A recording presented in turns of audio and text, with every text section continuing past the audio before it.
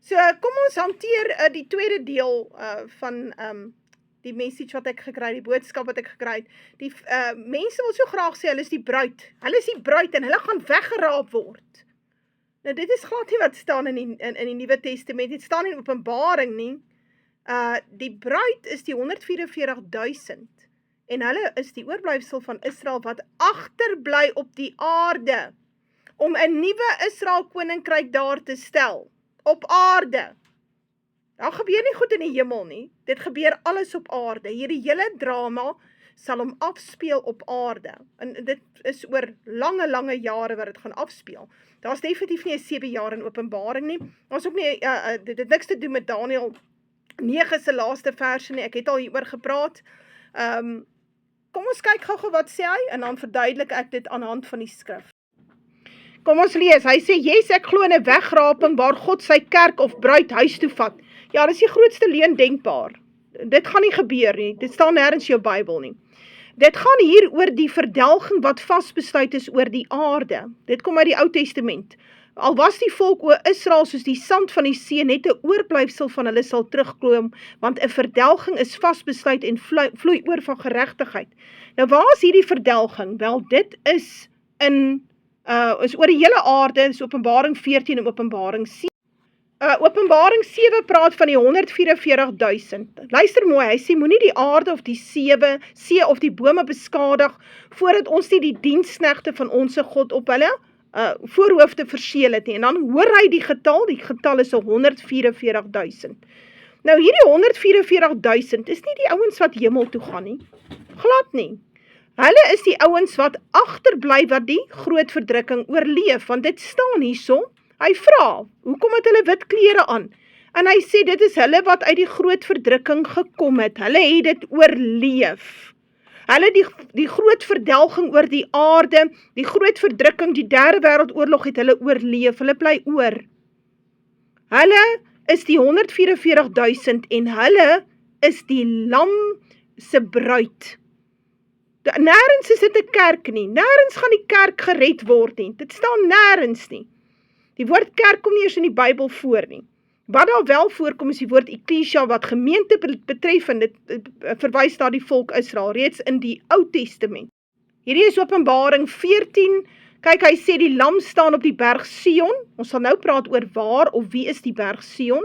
En saam met hom 144,000. Luister mooi. Hulle het 'n nuwe lied gesing. En dan sê hy, dis hulle wat hulle nou nie met vroue besoedel het nie, dit het te doen met kerke en met verbastering en met vrymesselary, dit is waarmee dit te doen het. En hulle is dan die bruid, hulle is die eerstelinge vir God en die lam op die aarde, hulle is vrygekoop van die aarde se pla, hulle is vrygekoop, hulle is ouens wat oorbly op die nuwe aarde, want die regverdige sal die aarde beerwe.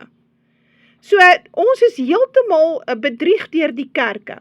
Hulle wil hulle self graag inlees daar in Openbaring, hulle is nie daar nie. Die volk Israel is wel daar, en hier word dit baie duidelik vir jou uiteengesit. Wie hulle is, en hoe hulle die lam volg, die lam gaan op aarde woon, en op die aarde gaan hy regeer. So hierdie hele idee dat ons nou hemel toe gaan, en hy gaan hulle ons nou wegraap, en dan die 7 jaar verdrukking, dit's nêrens, daar's nêrens enigsins dit in Openbaring nie. Kry dit nêrens nie, kry dit nêrens in jou Bybel nie. Dis absolute leuen, ons noem dit die Schofield leuen, wat hulle ingebring het, en wat baie mense aan glo, want hy lees nooit Openbaring nie, hy luister maar na die gechommel wat sy predikant vir hom daar van die kansel af. Die berg Sion is 'n volk, luister mooi wat sê Psalms, laat die berg Sion bly wees, laat die dogters van Juda juig oor u oordeel. Gaan rondom Sion, trek daaromheen, tel sy torings. Hy praat nie van 'n plek nie, hy praat van 'n volk. As ons kyk hierso, ook in Psalms, hy die tent van Josef verwerp en die stam van Efraim het hy nie uitverkies nie. Maar die stam van Juda uitverkies die berg Sion wat hy lief het. So as die Bybel sê daar in Openbaring, die lam staan op die berg Sion, dan beteken dit, hy staan by die stam van Juda. wat hy uitverkies het om Israel te lei, wanneer die oorblyfsel bymekaar gemaak word, wel, dan moet hulle 'n leier hê. Hulle moet 'n stam hê wat hulle lei, en daai stam is die stam van Juda. Hy het die tent van Josef verwerp, beteken Efraim sal nie die stamme lei nie. Ja, hier sê hy dit vir jou, tent van Josef is die stam van Efraim. 'n Mens moet net mooi lees wat daar staan. So nêrens word daar gesê dat die kerk gaan weggeraap word, en die kerk is die bruid nie, die bruid is die 144.000. En hulle sal staan by die stam van Juda. En waar is Juda vandag? Is dit die Jode? Nee, die stam van Juda is die boerevolk. Dit is hulle wat vrug dra hier op die einde van tye. Die Jode is die sinagoge van Satan, wat elke dag laster, wat Jesus laster.